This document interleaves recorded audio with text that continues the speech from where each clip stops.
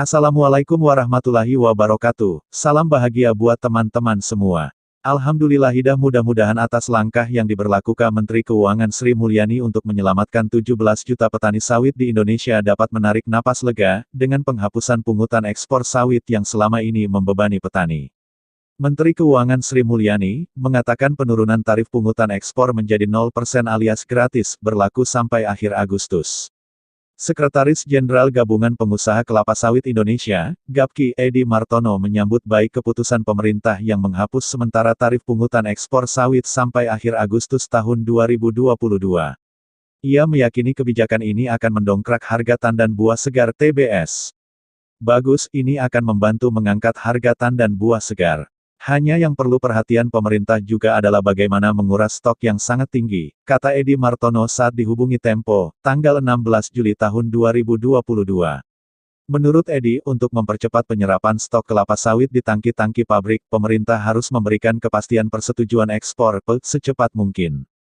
Percepatan ekspor ini diharapkan bisa dilakukan antara 1 sampai 2 bulan. Kepastian kalau bisa 1 sampai dengan 2 bulan sudah diketahui supaya eksportir lebih mudah untuk mengatur kapalnya, katanya.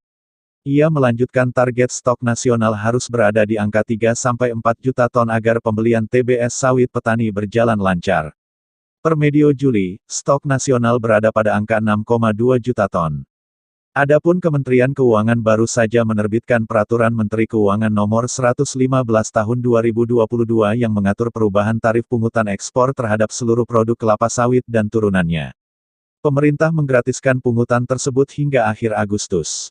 Sampai tanggal 31 Agustus tahun 2022, tarif pungutan ekspor produk sawit dan turunannya, seperti tandan buah segar, biji sawit, minyak sawit mentah, CPO, uset cooking oil, dan sebagainya ditetapkan Rp0, kata Menteri Keuangan Sri Mulyani di Nusa Dua, Bali.